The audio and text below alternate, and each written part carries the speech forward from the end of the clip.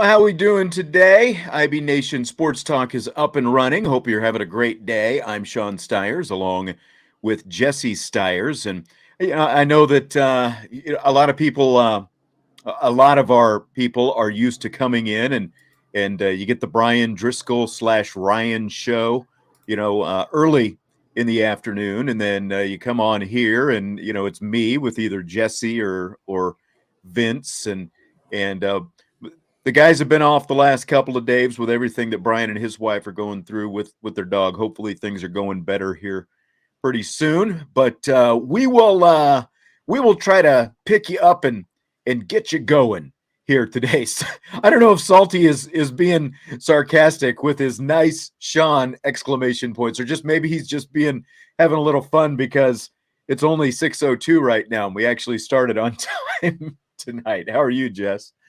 I'm doing good. It's been a pretty good week. I was supposed to go to Florida starting tomorrow, but that got canceled because of all the hurricane weather. So that's unfortunate. Knocked out some vacation days in the Marco Island. So instead of having tomorrow off, I'm doing the noble thing and working, because why not? That's right. That is absolutely right. We had a mailbag show yesterday, so we're going to do something a little differently today. And I started thinking about this earlier in the week, because it's Thursday. If there was a game Saturday, we'd be previewing the game and, kind of doing some breakdown and X's and O's and all that kind of stuff. And Anthony notices that Jesse showed up on time, unlike Vince yesterday. So well done. Well done. But yeah, so if we had a game Saturday, we'd be previewing it and talking about it and all that stuff. But we don't have a game because it's bye week. And I saw somebody earlier say, well, at least we don't have to worry about a loss. It's like, man, are you that inflicted right now? You're just automatically even on a 2-game win streak. I know. And coming off their best game to boot. But so we have no game to preview. And of course we usually do rapid fire at the end of each show, but I thought, well, you know what, I've got kind of a bank of a lot of different topics here. Why don't we just do an all rapid fire show? We did the mailbag show yesterday, so we're just going to do all rapid fire today. We got a lot of different topics that we're going to get to. We've got some Marcus Freeman. We're going to there's something to do with Brian Kelly that's going to come up there. We've got some comments from Mack Brown about Notre Dame. We've got a lot of different stuff that we're going to get to in today's show. And for all of our YouTube viewers, you can you can still throw a question or two at us if you'd like, and maybe we can slip them in along the way. So feel free to do that. If it's like I said, we had mailbag last night, but it's all rapid fire tonight, and so we're just going to go for a while. And we want to make sure that you get your IB fix. So throw the questions in if you want, and like I said, we'll try to get them in there for you. And I always ask you to like, subscribe, rate, review, all that stuff. I know most people are tired of hearing about it right now, but if you would, hit that like button if you're in here right now. But our YouTube listeners always get to chime in, because we've got the live chat and, just like yesterday with the mailbag and all that stuff. So here's what I'm going to do for our audio podcast listeners, whether it's like Blue Wire, Apple, Spotify, wherever. If you give us a 5-star review on one of the audio platforms and leave a comment for us, comment, question, whatever you want, we'll read them next week. So we haven't really it's harder to be interactive with the audio podcast because obviously it's after the fact. We take the audio from the live video and we post it afterwards. But leave us a nice review, give us a 5-star, leave us a comment, question, whatever it happens to be, and we'll get into some of those next week. What do you think about that, Jess? I think that sounds like a great idea to all the listeners out there. I mean, you get to give your favorite podcast a 5-star rating, get to leave a review, and then you get one of your answers question next week. And it's going to be a big week against BYU. So I'm sure that there's going to be lots of questions, lots of opinions, and a lot of just curious people. Yep. Anthony, I asked Vince if he wanted to come in because I mentioned yesterday we might just do a full rapid fire show, and he's got stuff going on, so we won't be able to do that. But Vince always has stuff going on. That is very true. That is very true. And it's different. He might be one of the people that has the most stuff going on. That's right. There's no doubt about that. So go ahead and do that. And like I said, we got a lot of different topics today. You wanna get to the first one right now? Yeah, I think we should hit the ground running. Why not? All right. Here we go. No, Anthony's right. He does have 5 kids, and that does keep him hopping. So That's that's like the cherry on top. yeah, that's right.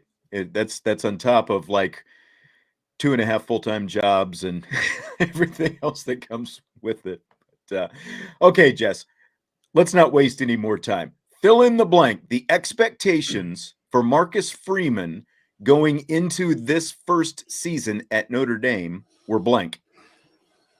The expectations for Marcus Freeman going into his first season at Notre Dame were understandably high. And what I mean by that is, were the standards high? Yeah. Should they have been lower? Probably. But when you're coaching at Notre Dame and you're taking over a program that was, in such great shape, all these consecutive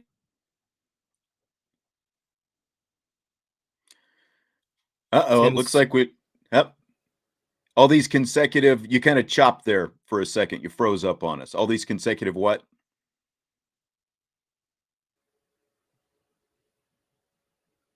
Can you hear me now?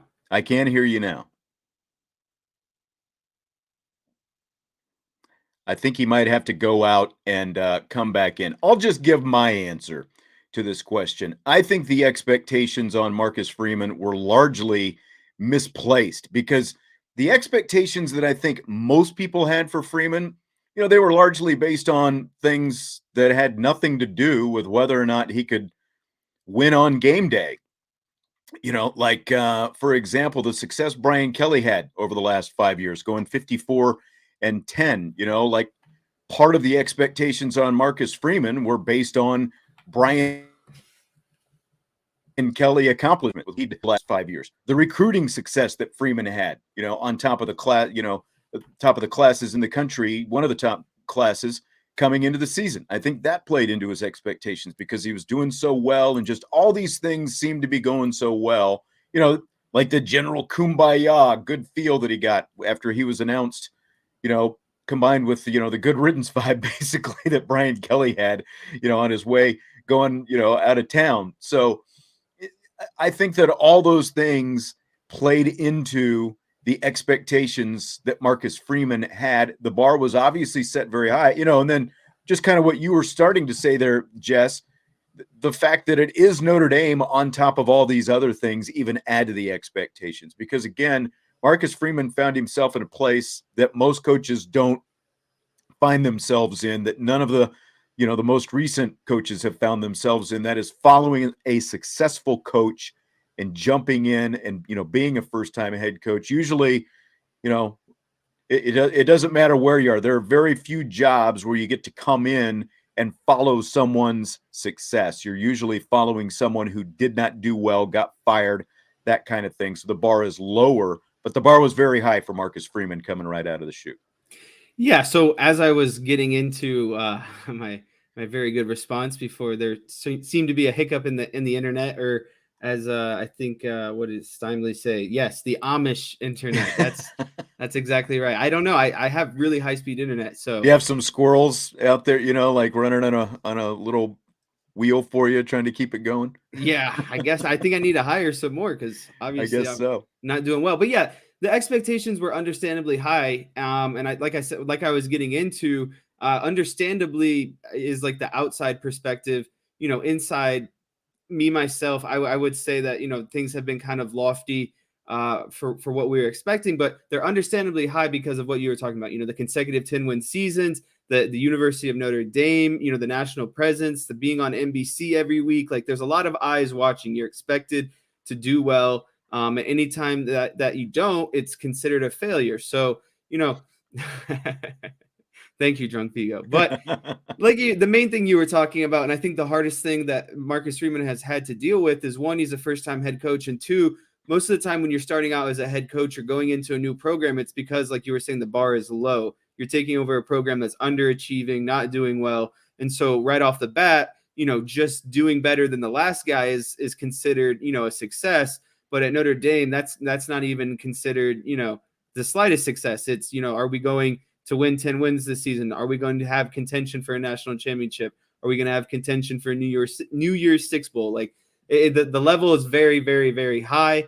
And that's kind of what Freeman walked into. And it's understandable, but at the same time, there needs to be, still the flexibility that comes with it. Yeah, Derek says Yoder Communications. And I will see some Yoders tomorrow because I've got the Mishawaka Northwood game coming up tomorrow night. And, you talk about Amish country, Northwood High School down there in Napanee. That's the heart of the Amish country in this area just outside South Bend. Should be a good matchup tomorrow night. I'm not going to get sidetracked on this, but Mishawaka just moved to number 1 in the state in Class 5A, and Northwood is number 4 in this 4 or 5 in Class 4A. They're both 6-0, so should be a good one tomorrow night. But we'll see some Yoders out there when we get out there. Full show. All right. According to a feature piece recently on Marcus Freeman in GQ magazine, Brian Kelly had 40 pictures of himself placed around the Notre Dame football facility, the Goog. Like he's got 40 pictures of himself hanging on the walls before he leaves. So when Marcus Freeman took over, he told the staff not to replace them with photos of himself, just Notre Dame football. What do you think of all this, Jess? I think it's very on brand for both of these coaches. Like Brian Kelly, we all know is, kind of into himself, more so than I would say the average person. And he wants to be someone who is, comes off as this just very like high class, very high profile person. And I think Marcus Freeman's kind of the opposite, and it could kind of go the other way where you could say it seems a little bit forced, a little bit not corny, but there's a better word for it. And I think that, Marcus Freeman saying, replace them all with pictures of Notre Dame football. I get that. But, you could also have 1 or 2 of yourself. Like you don't have to go all 40. But just like Brian Kelly having 40, that's very, pretty ridiculous if you ask me. But like I said, it's on brand for both of these people. I think that Brian Kelly is on the one end of the spectrum, and I think Marcus Freeman is really on the other end of the spectrum. And if you could just meet somewhere in the middle, that would be ideal. So it's just overall very funny. It's like I read that and I was like, of course, Brian Kelly had 40 pictures of himself inside the Notre Dame facility. And that's what I envision, this would be probably like walking around any Kardashian's home, like you turn the corner, there's another picture of Kim and Chris, and that's like everywhere you go there's Kardashian photos inside a Kardashian home. But it just sounds like the cult of Kelly to me, like the classic narcissist that we knew he is. And that's what this comes down to, the fact that Brian Kelly had all these. I wonder exactly where they were played. It's been a couple years since before the pandemic, basically, that we, like the media, have even been in the Goog, what the football facility that we're talking about, because we used to, in the main auditorium there, like when you've seen, like the auditorium where the team was when Brian Kelly, left and told him he was leaving, and walked out and that whole thing. And some of these other, like when you see some of the motivational speakers, some of the videos and stuff like that, who have come in, like the main auditorium where they bring in the whole team, that's where they used to have the press conferences and stuff, but they haven't done that since basically, what would that be? The 2019 season, I guess. That was the last time we were in there because the pandemic was in 2020 and they've been doing everything else differently. So I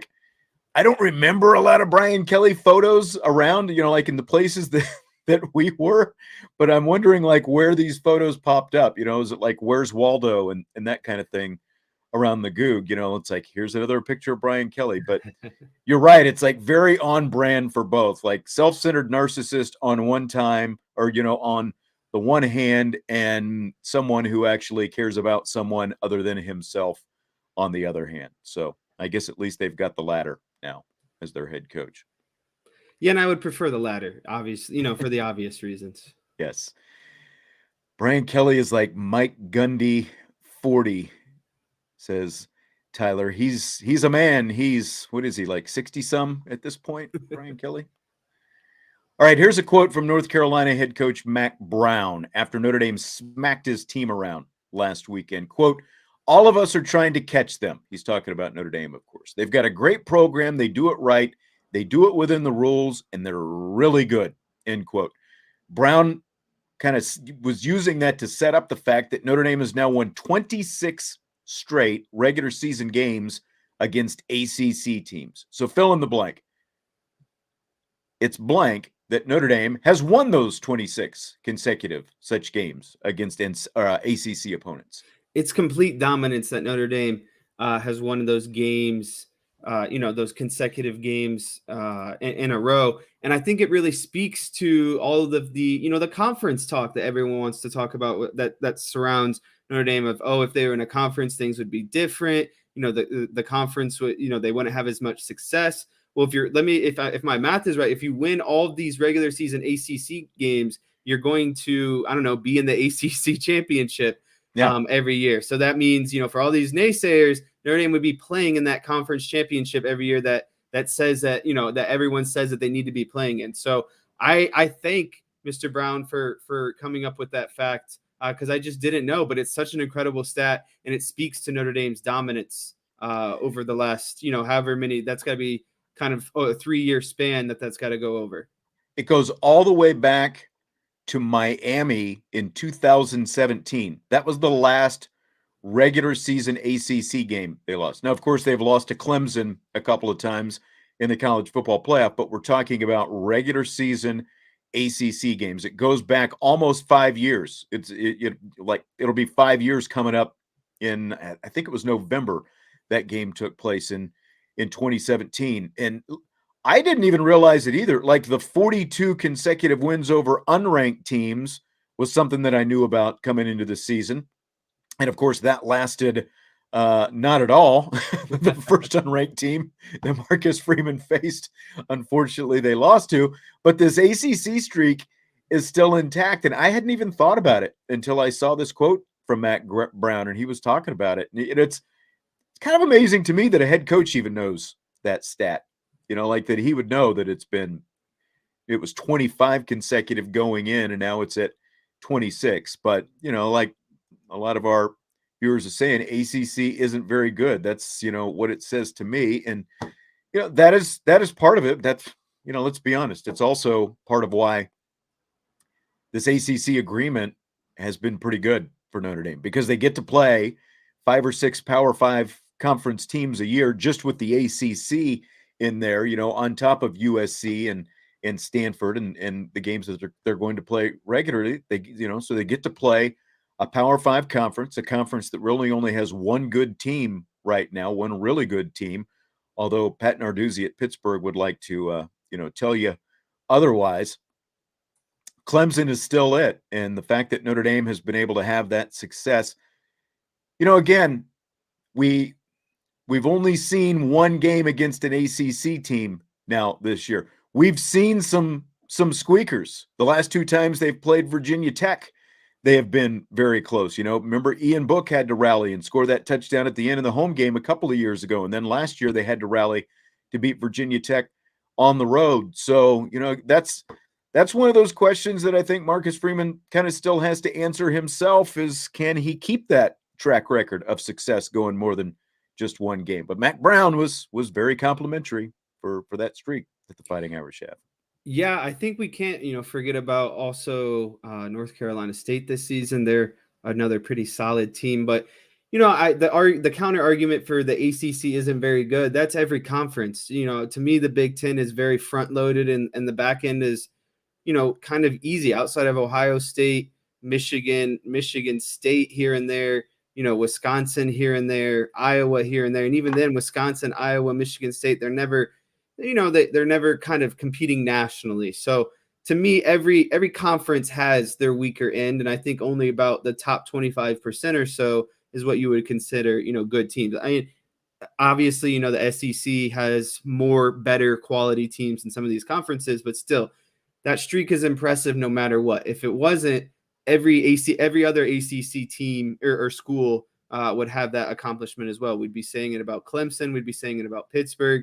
Notre Dame did beat Pittsburgh. Did they play a backup quarterback? They beat Clemson. Did they play a backup quarterback? Yeah, but they still won against a very good team. So yeah, my counter argument is that, if it were that easy or, expected or all those things, everyone else would be doing it. Well, But and I mean, look at Clemson. Clemson got beat by a couple ACC teams last year, so their streak isn't as long as Notre Dame's right now. Now, granted, they have to play more ACC teams every year than Notre Dame, and just law of averages. The more you have to play, sooner or later, one's going to sneak up on you. But they still, they lost a couple last year. Tyler says he's leaving Elkhart to go to Lawrence, Kansas for the Kansas-Iowa State game.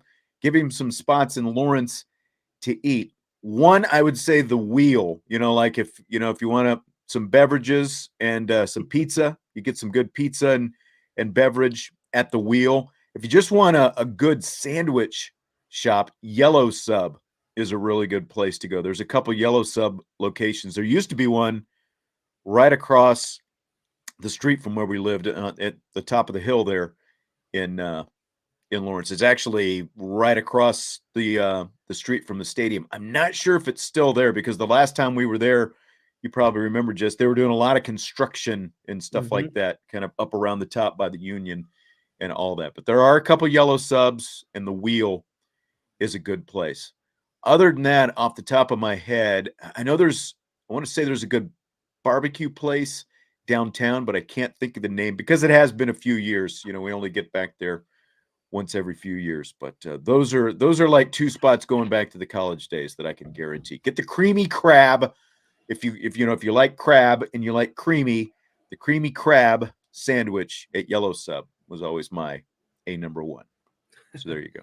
I just want to say that Drunk Vigo knows, and I could go into a very long rant about this, but the Big Ten is very overhyped, and the only reason they're like they justify ranking teams in the Big Ten just so the top teams in the Big Ten can look good by saying, I think we beat this ranked team. It's like, yeah, you beat crappy Rutgers. Like, just for example, it's like, I don't know. I hate the Big Ten. I hate that people try to make the argument the Big Ten is somehow better than the SEC, but yeah, I digress. Not even close. Not even close right now. All right, some more Mack Brown on Notre Dame. Quote, they're the best players in the country. That's who they are. They're one of those 8 teams that recruits the best players in the country every year, end quote, from Mack Brown on Notre Dame. So, Jess, do you think he actually meant it, or was he just kind of blowing smoke after his team got beaten down by the Fighting Irish last weekend? I thought about this one for a little bit, and I thought, this is Mack Brown. This is a Hall of Fame coach. They asked a question last week during the game, Notre Dame North Carolina game, who are the active, I think, like 6 coaches that have a national championship, and Mack Brown is on that list. So, there's a lot of respect on Mack Brown's name. I don't think that he would just be saying those things to say those things. He's at the point of his career where I think he genuinely meant it, and it has, high praise from him is meaningful. I think it should be taken serious. Like I said, I think all of his experience and him being around the game so long, he can recognize a good program and good players. And so I'm not buying it just solely because, he's saying these things just because Notre Dame, handled his team pretty well in all kind of facets of the game. Was that maybe a part of it? Yeah, but I think the majority of it was just, natural praise. He's a coach that knows good football because he's coached good football before. Yeah.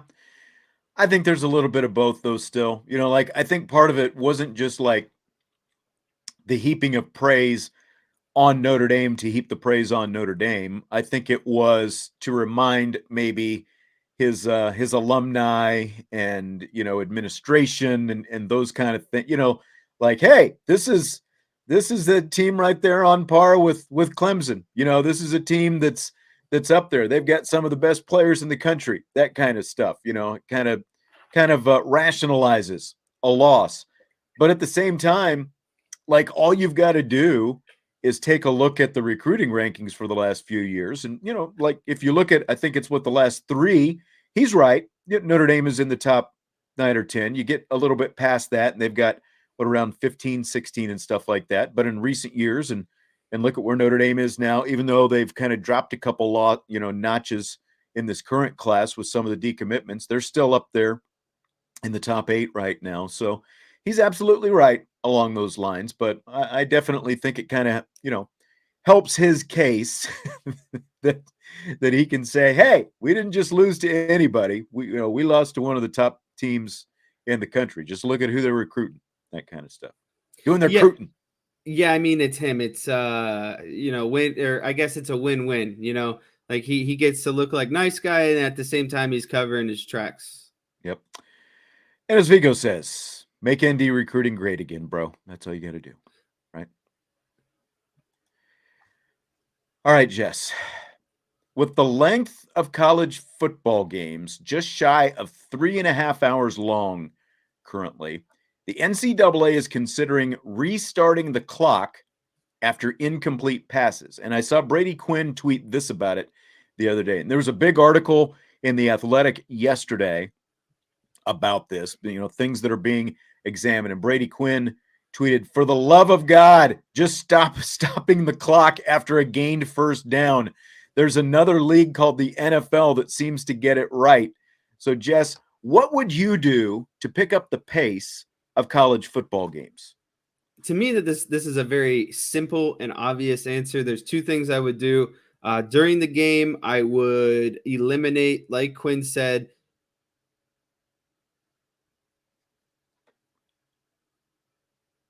Uh-oh. Are you there? Yeah. Can you guys hear me still? Yep. Go ahead. Oh, sorry. I thought you were. No, I put the finger up for one, and then I was gonna. Yeah. Okay. Sorry, I didn't mean to throw you off there. No, I thought you meant like you couldn't hear me or something. So nope, you're good. Back on schedule. Yeah. So number one, I would get rid of the automatic, clock stoppage after each first down, kind of like what Quinn was talking about. Go to the NFL style. And then the next major change that I would make, that's pretty simple in my opinion, is just shortening halftime. I think it's the worst part about college football. You can easily cut 10, 15 minutes off if you just shorten halftime.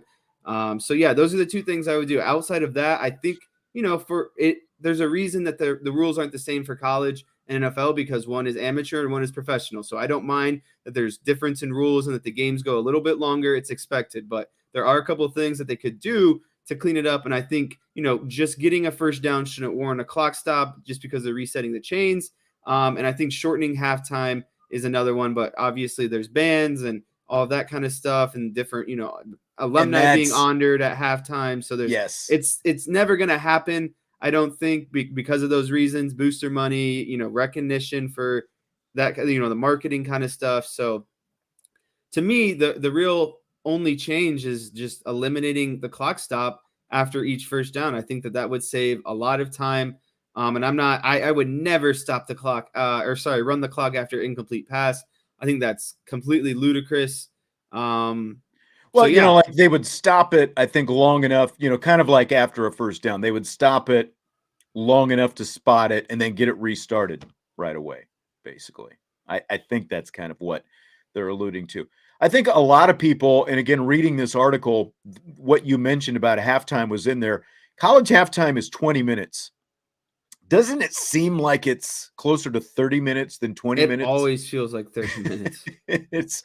It's like, I don't know if Notre Dame's is longer. Maybe I need to put a stopwatch to it, but apparently that has been brought up a lot. And because of TV contracts and stuff like that, they have, like the NCAA and college football, they have pushed them to keep it at 20 minutes. They don't want them to cut it because of what you're saying. You got to have the band play and all these different things. There obviously is some, more pageantry in college football, even though I think a lot of that is going away. It would help if you could, cut halftime, but I don't think that that's going to happen.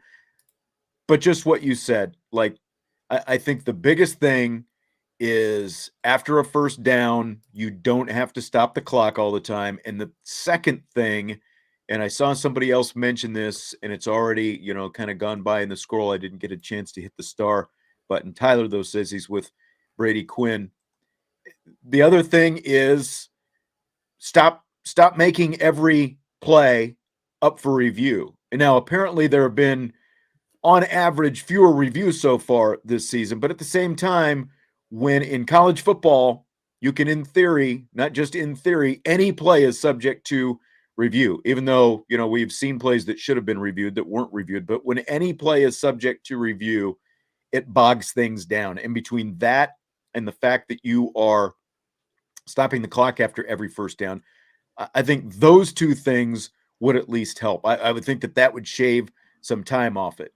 Now, the other thing, though, that's mentioned in this article is the proliferation of passing offenses, and that's been a big part of it as well. And you're never going to be able to correct that, because just the fact that when you have more passes, that means you have more incompletions, which means that the clock is naturally going to stop more, and I guess that's, this goes back to, what college football is talking about with, where we started with this topic. If there are more passes and you quit stopping the clock after incomplete passes, then it keeps the clock, running and moving things along. I just don't think that that's a good idea, though. I think another one just came to me, and I like this one from the NFL, is I don't think that guys stepping out of bounds, like incidentally, the clock should stop. Like I read the rule in the NFL, and I think predominantly it's if your forward progress is stopped, but you still go out of bounds, the clock isn't going to stop. So I think that unless there is a concerted effort where the guy is, clearly trying to get out of bounds, that should be a stoppage of the clock. I think that's another one.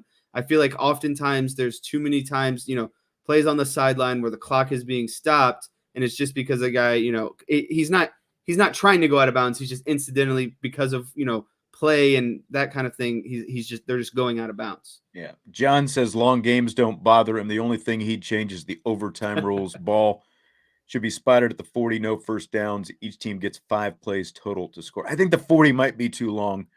Like, I think the 30 might be my spot. 30 and 7 plays. Yeah.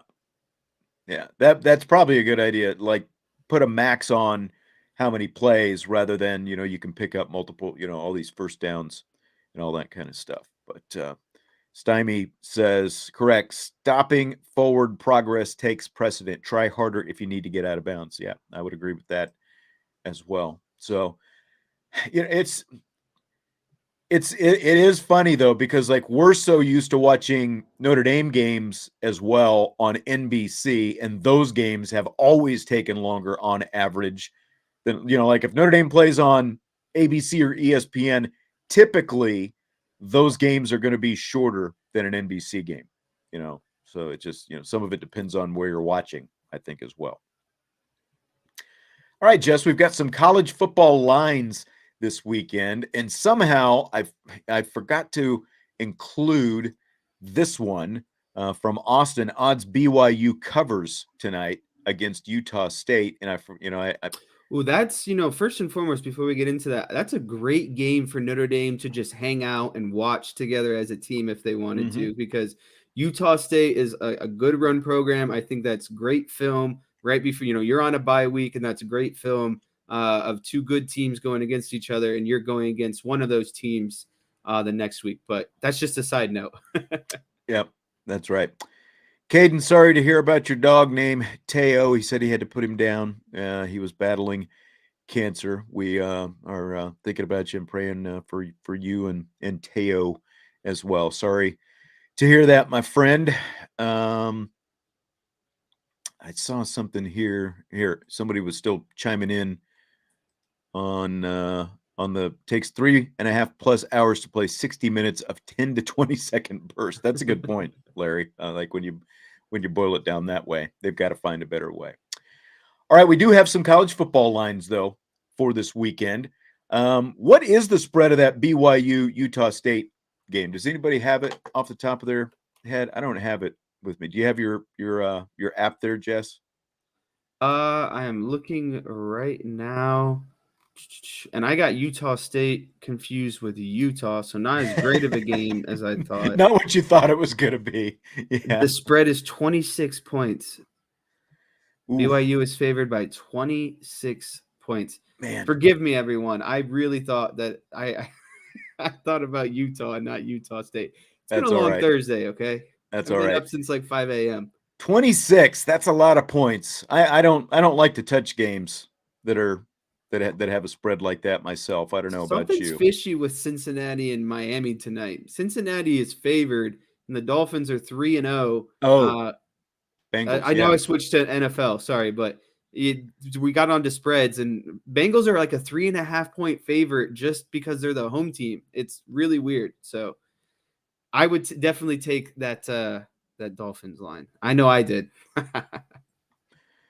Well, good to jump on it then. How about some college lines for the weekend? Michigan minus 10.5 at Iowa. The over-under is 42.5. You want to start with that one? Yeah, I'll start with that one. Over under, Iowa doesn't score a lot of points. They're known for, being a defensively sound team. We've seen Michigan put up a lot of points, but it's really come against who? Like Hawaii, Connecticut. So, I could see this game very well being kind of like a 30-10 game and still not getting there. So I'm actually going to take the under on this game because I think Iowa has a pretty solid defense. I know their offense is horrible. So Michigan's really going to have to score all the points in this game. So I'm going to go with the under. Yeah. Sid says, has Michigan played a real team yet? The answer is no, and they still will not see one tonight. They will see half a team when they play Iowa, but they will not see an offensive team.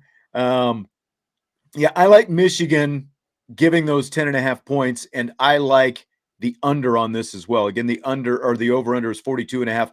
I was only allowed 23 points, but the offense is only averaging 17 points a game. I think Michigan is infinitely better. Iowa will, kind of, try to slow down Blake Corum, I guess. That's really their only chance to win in this game. But I just think Michigan has got too much for Iowa. Again, the Iowa defense will contribute, but there will be zero offense once again. And Tyler, we do have the KU Iowa State game coming up on this list. So be patient there. Minnesota minus 12.5 against Purdue. The over-under on this one is 51.5. I am going to take Purdue for this. I think that they'll cover that 12.5. And then for the over under, I think that that's going to go over. I think that, kind of middle of the pack Big Ten team or Big Ten games. Now that the season is kind of getting into swing, more comfortability with offense. I'll see. I like that game going over, and I like Purdue to cover that spread. I think Purdue is, they're not great, but I think they play teams competitively. They're not just going to get pushed over. And I think 2 touchdowns like that might be a little bit too much in my opinion. I could see a 10-point, but when we get into 12.5 is essentially meaning you're going to get beat by a touchdown and 2 field goals or 2 touchdowns. So for me, I just like that. I think that's just a little too much. Yep. John says Minnesota will beat Purdue. I agree with that. I couldn't believe just the way they just thrashed Michigan State 34-7 last week. And I wonder how Michigan State feels after giving Mel Tucker that big contract extension. They've lost to Washington and Minnesota in back-to-back weeks now. It's always interesting to me, and we'll see this eventually at Notre Dame now that there's the coach, they're going through a coaching, cycle change and all of that. When do the old coaches players taper out, and when do the new guys new players come in full circle? I think we're approaching that kind of zone with the Michigan State and Mel Tucker. So I'm always curious to see that, because you could still be riding the coattails of someone that set up the foundation to that program. And now it's, your time that your actual recruits are getting into the full swing of becoming the full-time players. So be interested to see. Yeah, I agree. Minnesota, cracked the top 25 this week. We got some people commenting on Kansas, and they're still sitting on the outside looking in. As far as this Minnesota game, Gophers can really run the ball. They've got 2 running backs. I don't know how much you've paid attention to them. They've combined for over 800 rushing yards so far. Minnesota does. They like to run it. Purdue's quarterback, Aiden O'Connell, he was out against Florida Atlantic. So I like the Gophers, given those 12.5. I do like the under on 52.5 in the points total, though. Did you say over or under? I took the over. You took the over? I'm taking the under on this one. Really interesting one to me. Unbeaten Florida State -6.5 against that Wake Forest team that we saw take Clemson to overtime last week. And the over-under here is 64.5 points. Woof. That's a whole lot of points. It But is. we saw Clemson or that game last week with Wake Forest and Clemson, and that was a whole lot of points. Almost 100, I didn't know think. Florida State was undefeated, so that's first of all kind of crazy. Yeah. I'd go so far to say I think Wake Forest wins this game, and I'd be confident enough to take the money line. The safer bet is the -6 that they'll cover that, +6.5. But I think that Wake Forest will win this game just straight up. I think that Clemson game put a bad taste in their mouth. I think that they know how good of a team they are and how close they are. And I think this week they'll kind of come back with an even bigger chip on their shoulder. I really like the way the Wake Forest team plays. They showed they can put up the points offensively. It's just a matter if they can slow down Florida State. And I don't think Florida State has quite the offense that Clemson has. So I like this game. I'm going to go with the under. That's just a lot of points. I think more often than not, it's safer to take the under, but it is college football, so you never know. And I don't know about defense for either one of these teams. Florida's got the best running team in the ACC right now. Jordan Travis is playing really well, but we saw Wake score 45 against Clemson. Now, granted, it went to overtime and all that, but I do like a lot of points. I do like Wake getting the 6.5. I don't know about money line, but I like Wake getting the 6.5. I'd feel comfortable with that. And I do like the over 64.5, even though that is a lot of points. I know Wake is going to score probably at least in that 40 range there. So all Florida State needs to give you is like 25 points. So I like the over on that one. All right. And then we've got the game that has been promised. Iowa State is a 3-point favorite at Kansas, and the over-under here is 58.5 points. I like the under in this game, and I think Kansas pulls it off, and I think they only do it because of their riding this 4-0 streak, and they're at home. So outside of that, I think it's going to be a very close game, but in close games like this with two good teams, I think home field advantage always plays a key role. So I'm going to go with Kansas in this game, but I do like the under. I don't think they're going to hit. I think you said 58.5. I think that will also, like I said, we'll hit the under on that. I believe they have gone over. I can't remember last week. I think they ended up going over on the points total against Duke, but this is an interesting one. Kansas is 4-0. They're also 4-0 against the spread this season. Of course, it helps when you're an underdog and you go on the road and pick up wins against West Virginia and Houston. You're gonna hit the spread, but they covered as a touchdown favorite last week against Duke. Iowa State is just 2-2 against the spread. They've got a really good defense, but they haven't seen a quarterback like Jalen Daniels this season. 11 touchdown passes, nearly 900 yards, and he has also run for over 300 yards and 4 touchdowns so far. So Tyler is ready. He likes the Jayhawks to win big on this one. I like them +3. It's, I think, the closest line that they have had all season, but of course we're in conference play now, so you would expect the line to be a little bit closer. So I like the Jayhawks +3. I like the over 58.5 points, though, because they're still the number 7 scoring team in the country at 47 points per game. So I like the over 58.5. The points have been coming in bucket loads when Kansas has played this year. I think this is a really good opportunity for, the whole country to kind of see Kansas and see if they're really legit. Iowa State has been a pretty consistently good team over the last few, 5-6 years. And I think it'll be good for everyone to see Jalen Daniels and how dynamic he is at quarterback, because he's a stud. And I really hope that everyone gets this opportunity to kind of see him play. And I think a lot of people will be surprised by his performance. And I texted you a couple of days ago or I might have asked you, I was like, you think these are Les Miles recruits, or Les Miles got all these recruits and then couldn't even coach? I wonder, how he's feeling. But that stuff is always kind of running through my head. I'm always curious of like, was he, a Les Miles recruit, and then he ended up staying, even though the coaching, change and all that stuff that happened. So, I mean, he got a few of them, but at the same time, Les Miles wasn't there for very long. So I don't think he can take credit for too many of them. So, how about Clemson? I think this is our last game that we've got tonight. Clemson minus 6.5 against NC State and an over-under of 42.5. I definitely like the over in this game. And I like, let me see. I like Clemson covering that spread. I think that they'll win. To me, it's either going to come down to a field goal win or a touchdown win.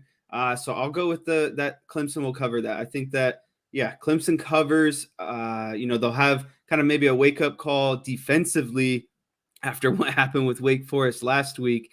But yeah, I like the under, but I definitely like Clemson covering at the same time. Yeah, and Clemson's secondary has really struggled this year. And, like not this year, but last week specifically against Wake Forest. That is still their weakness.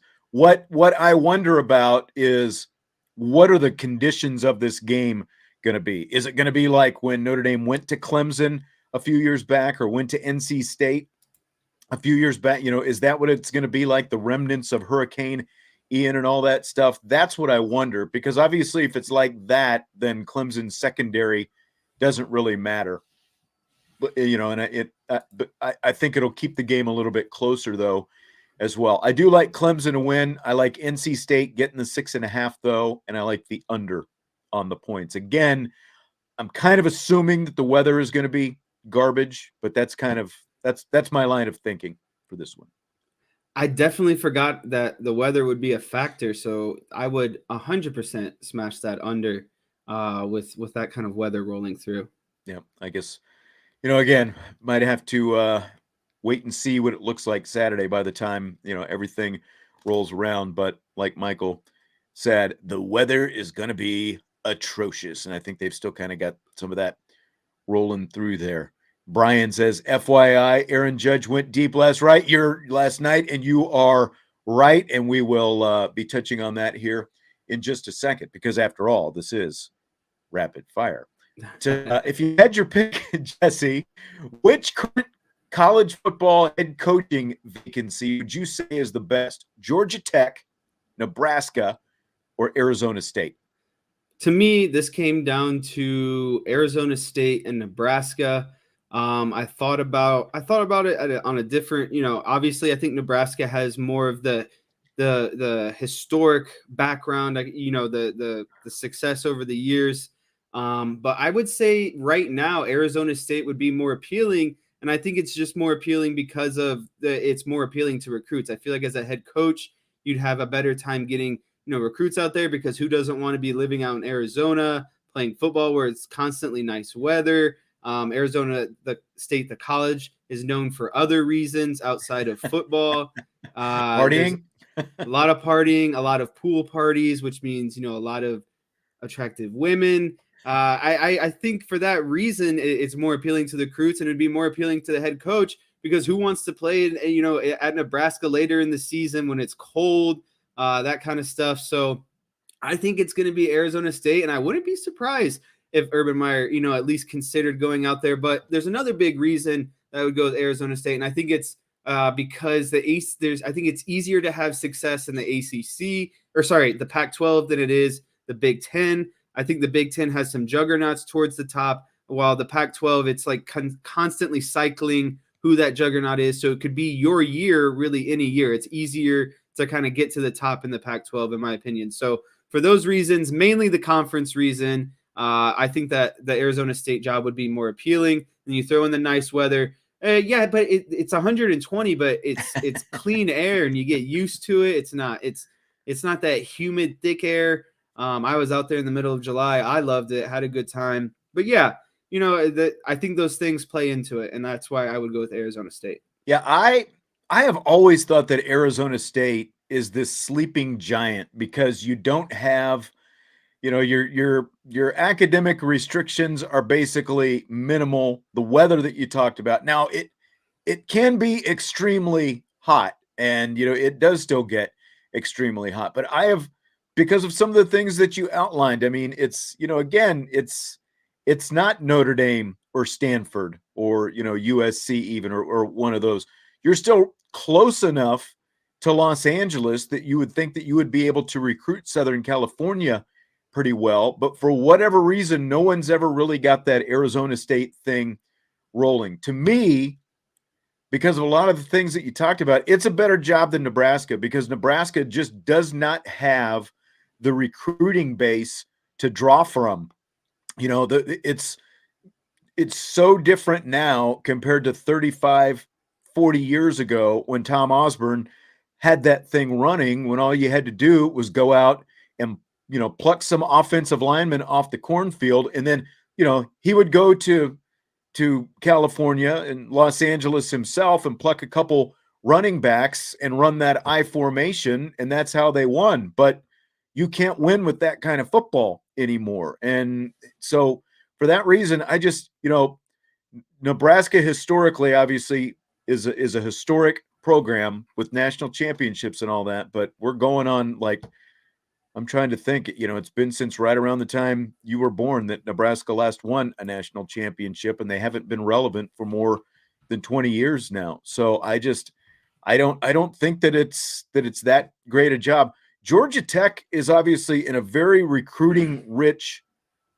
part of the country. The state of Georgia itself is very recruiting rich, and the city of Atlanta is very recruiting rich. But the problem is, it is Georgia Technological Institute. There are academic standards there too, and I think that hurts them. I'm surprised that they pulled the trigger as quickly as they did, because when he took over, like everyone was talking about what a great job he was doing coming out of that triple option era and all that stuff. There's obviously a lot of rebuilding to do there, and there's a lot of rebuilding to do at all three of these programs. When Arizona State loses to Eastern Michigan, oof. Big trouble. Yeah, and I think another point there's Georgia's a good, very, very wealthy when it comes to recruits. But you have Auburn, you have Georgia, you have Alabama as your neighbors. You're kind of getting, I would say, kind of second and third fiddle when it comes to those kind of programs. Obviously 5-star, 4-star recruits going to be first kind of looking at those schools before they might consider Georgia Tech. Yeah. Drunk Vigo knows.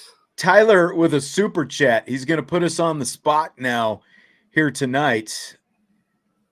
Best Cowboys wideout to wear 88. And they did the little 88 feature, before the game the other night. I will say my favorite is the original, Drew Pearson, because that's the guy I grew up with. Undrafted free agent out of Tulsa. Finally got his due and got into the Hall of Fame here recently. He's my favorite, but I think Michael Irvin, with what he did with that, with Troy Aikman and that offense, and just that, the physical stature that he had and the freakish skills, between the ball and the speed and everything else, I think he's probably the best. There might even be a case for Des Bryant, just, again, because like the modern athlete and how big and strong and physical he was. But I think Irvin, a lot more consistent hands than Des Bryant. What do you think, Jess? I would say that my favorite would be Des Bryant, just because I got to see him play, the most that I have the most recollection of. And I was looking at Michael Irvin's stats and Des Bryant's stats. And Des Bryant played 40 less games than Michael Irvin. And Michael Irvin had, about 4,000 more receiving yards and about 200 more catches, but Des Bryant had 10 more touchdowns than Michael Irvin did in about 40 less games and 200 less receptions. So I think that passing era. It's still more of a passing era now than it was then. Right, but I think what I'm getting at is Des Bryant was known for his touchdowns. Like he would go up and get those balls. He was a big physical wide receiver. He had good hands, good body control. So my favorite wide receiver was Des Bryant. The best 88 to wear 88 would be Michael Irvin, and I think Michael Irvin deserves it because of he does it. He treats the 88 with so much respect. And there was a good video of him earlier this week on First Take talking about the 88, the son of valor and all these things, and he takes it very serious. Wearing the 88, it's typical. Michael Irvin. Say what you want about him. Yes, he's over the top, but it means something to him, and it means something to all these guys to be able to wear 88. And I think that's the cool part, is that not everyone just gets to wear the 88. These are Hall of Fame wide receivers. And it's really cool to see, like I said, this kind of club and the way that they take it so seriously. Yep. And this is what the Brian and Michael both got these points in before I was able to. The fact that you had Emmitt Smith, who was scoring a lot of touchdowns himself, and even Alvin Harper and Michael brought up Jay Novacek as well. There were other weapons on that. That's why they won 3 Super Bowls. You had a great quarterback. You had the NFL's all-time leading rusher as things, worked out. You had a great offensive line there. So there was a lot more balance in that offense because like Aikman never put up gaudy numbers, but I can see what you're saying in the case that you made for Des Bryant, but that again, much more passing prolific era that we're in right now, but all of them great, of course, in their own right. CeeDee Lamb, got to pick it up. Can't be dropping those balls. I mean, you make up for it with a great catch, but you can't be dropping balls that are right in your hands. Yeah, I need CeeDee Lamb to kind of pick it up. I think he's kind of letting the 88 club or legacy down right now, and I think he really needs to kick it into gear. He needs to be that consistent wide receiver. He's a number 1 wide receiver. He's finally the number 1 wide receiver in this offense now, and I would just like to see a little bit more production. Yes, Tyler, it was a catch. There's no doubt about it. Even the NFL has said since they changed that rule that it would be a catch now. So I think that there was a good question up here in the chat that we might have missed. And what bugs me about that the most, the fact that wasn't, I mean, that would have, if that had been ruled a catch, that's a potentially complete game changer for Tony Romo's legacy. The legacy of a guy who couldn't win big games, couldn't come through in the clutch, all that stuff. And then he makes a throw like that. Bryant makes that catch that they say wasn't a catch, and it completely changes history, basically. Yeah, I agree. It was very unfortunate. That was such a good game. At the hands of Aaron Rodgers, the Cowboys have had some pretty good teams and gotten struck down by Mr. Rodgers in the playoffs, and some very last second, just, nail biting, overall very good games, and even better if you're a Packers fan. Yep. All right. We promised some Aaron Judge. He did get his 61st home run last night. And so Judge now leads the American League in the 3 Triple Crown categories. He did anyway, but he's batting .313, tied for the lead there, just percentage points ahead at .313. Has 130 RBIs, 61 home runs. So which is the bigger deal? Winning the Triple Crown or, 61 home runs or, however many home runs he ends up with? Which is the bigger deal to you? The bigger deal to me has to be the Triple Crown. And I'll tell you why. Yes, is it fascinating and impressive that he's hitting 61 home runs, and, that ties the AL record all time. And, there's an argument that it could be should be the all-time record if he gets 62. But the Triple Crown to me is the consistency. It is the complete hitter. It is the overall hitter. Outside of power, you can drive guys in. That's major run production, winning games, increasing your WAR, and then obviously hitting for batting average. You're hitting for power and you're hitting for average at the same time. You're not striking out as much. You're putting the ball in play, getting hits consistently. So for me, the Triple Crown is definitely more impressive. And we haven't seen a Triple Crown since Miguel Cabrera in 2012.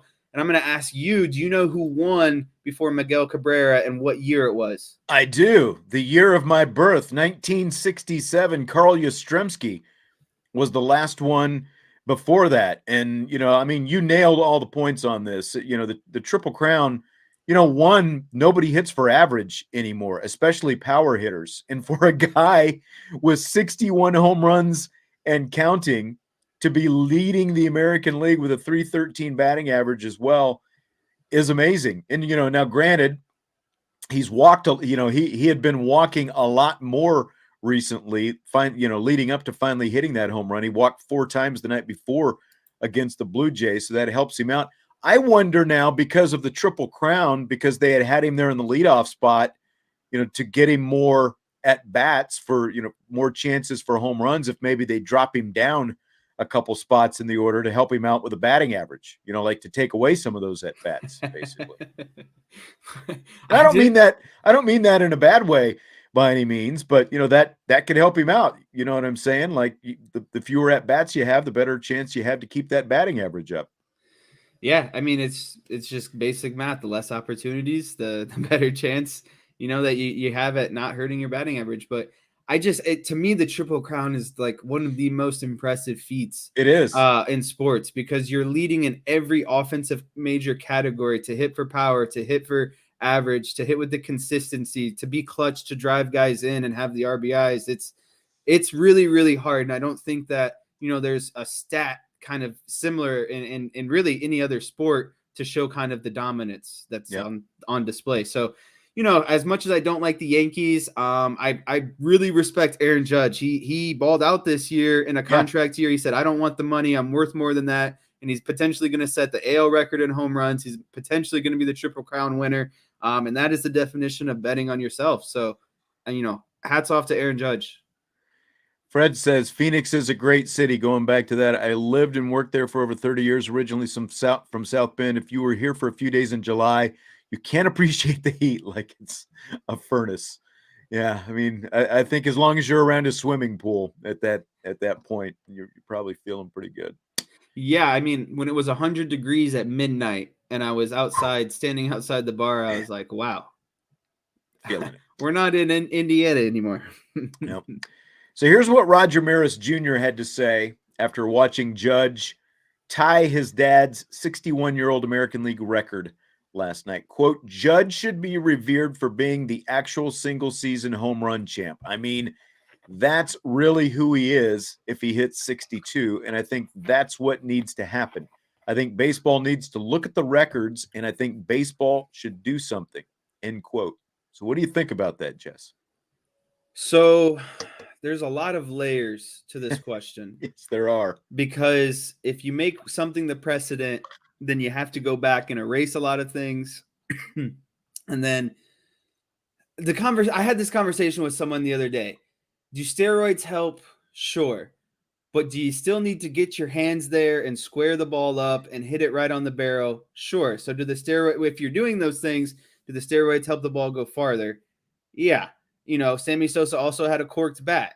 He was caught with a corked bat at some point. So to me, it's so hard because there's still a lot of skill that's involved, but ultimately home runs are a feat of power. And so obviously the steroids is something that's going to help that. I still think Barry Bonds is a Hall of Famer, but I think that no record holder that did steroids should hold the record. But another point of that is there was a lot of steroid use going on in baseball. Not everyone got caught. Yes. And so then there's so many layers to this question. We don't know. All we know is McGuire, Bonds, Sosa. They're the obvious ones, and a few others in there as well. Like guys who got big, but nobody was ever proven, because they weren't doing things like these guys. But you just look at this glut, that record had stood for more than, what was that? Going on 40 years at that, 36 years, 37 years, I guess, that record had stood, Maris's record. Then all of a sudden you get this barrage from 1998 through 2001 where all these guys, Bonds, McGuire and Sosa broke those numbers multiple times. Bonds in 2001 obviously ends up hitting 73. And so it's just like boom, boom, boom, boom, boom. Now, PEDs were supposed to be banned in the 90s, but they were not testing for PEDs. So it's like if you tell a classroom full of kids in school,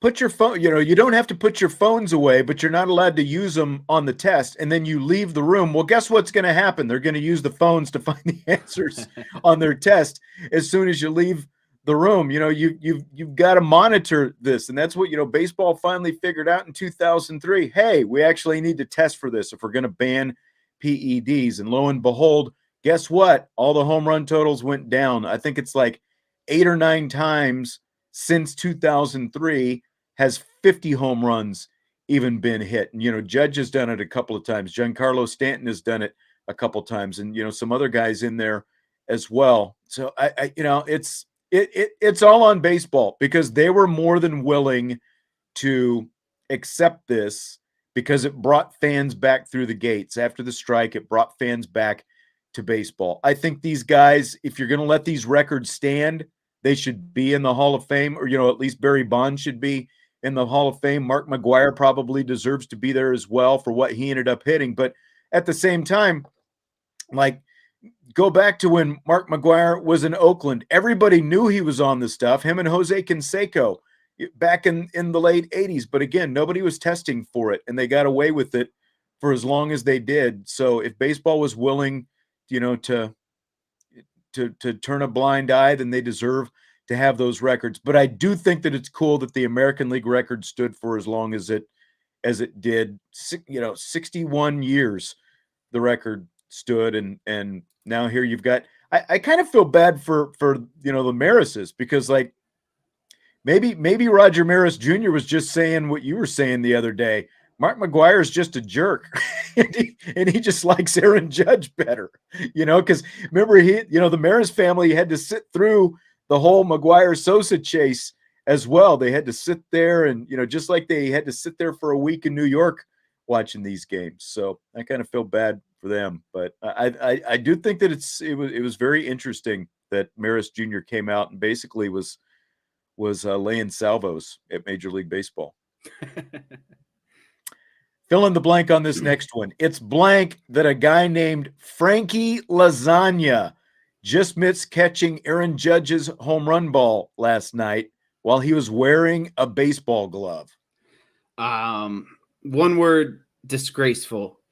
That guy bought a ticket to that game for one reason, came with his glove for one reason. He had one job, and he blew a at least $1 million bag for that ball. I don't know about you, but $1 million, that's instant retirement money. He had to prep for this whole situation, and he just choked in the moment. So it's disgraceful in my opinion. He's wearing a Toronto uniform, so he's not there for the game. He's just there because he's trying to catch a home run ball. Like I said, he brought his glove. He's sitting in the outfield. So yeah, it's disgraceful. He should have caught it. He's a grown man at a game solely for the reason to, catch a $1 million lottery ticket. And he blew his chance. And now no one gets that, opportunity because the ball was retrieved by the team.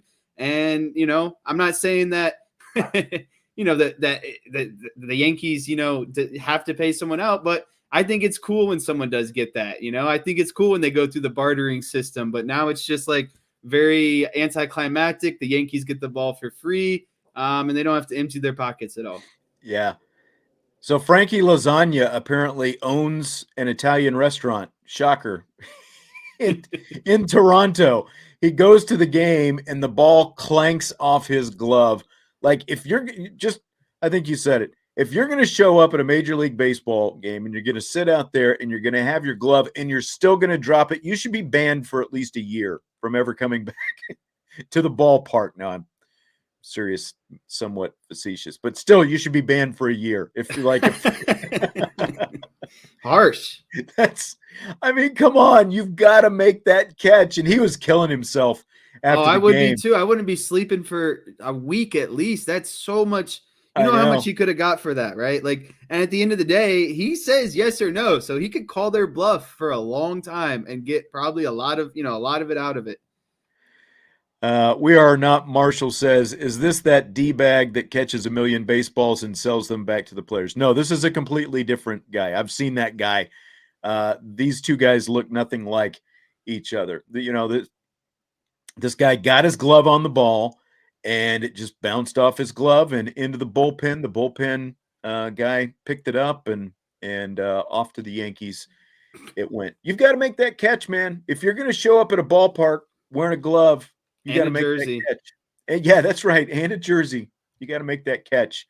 But he needs to figure out a way to spin this so that he gets people coming into his restaurant now. Frankie Lasagna. He needs to like the dropped ball special. Get a picture of that. Yeah. And He's got to do something, man. He's got to make it work for him. All right. Well, we've still got people who are awake after listening to the baseball talk. It's amazing. I didn't realize how quickly, people turn on baseball, even when you're talking about home run records and Triple Crown and Triple Crowns and that kind of stuff, how quickly they want to turn on baseball. But I guess that's the way it goes. But I think that's going to do it for tonight. Jess, we've got a lot of football coming up this weekend. Like you mentioned, we got Bengals, Dolphins, and the NFL side coming up tonight. We've got BYU, Utah State, the college game, Notre Dame's next opponent going into this bye week. As of now, I know Brian is planning on an IB countdown to kickoff Saturday. Fingers crossed that everything goes well for them. So we'll just end it on this because we are not Marshall says baseball is great. Maybe we should end it on this. Derek says Frankie Lasagna serves spaghetti with the meatball off the plate. That's a good one. That's a good dish. That. Spaghetti with the meatball off the plate. I like that. All right. Well, that's going to do it for this week. Glad to have you with us as always. Thanks for joining us this week. We've got a game week coming up next week when Notre Dame takes on BYU. We'll be back then. Jess will be on some shows. Vince will be on some shows. We've got a mixture of everybody. So thanks for stopping in tonight. And we will talk to you next week on IB Nation Sports Talk.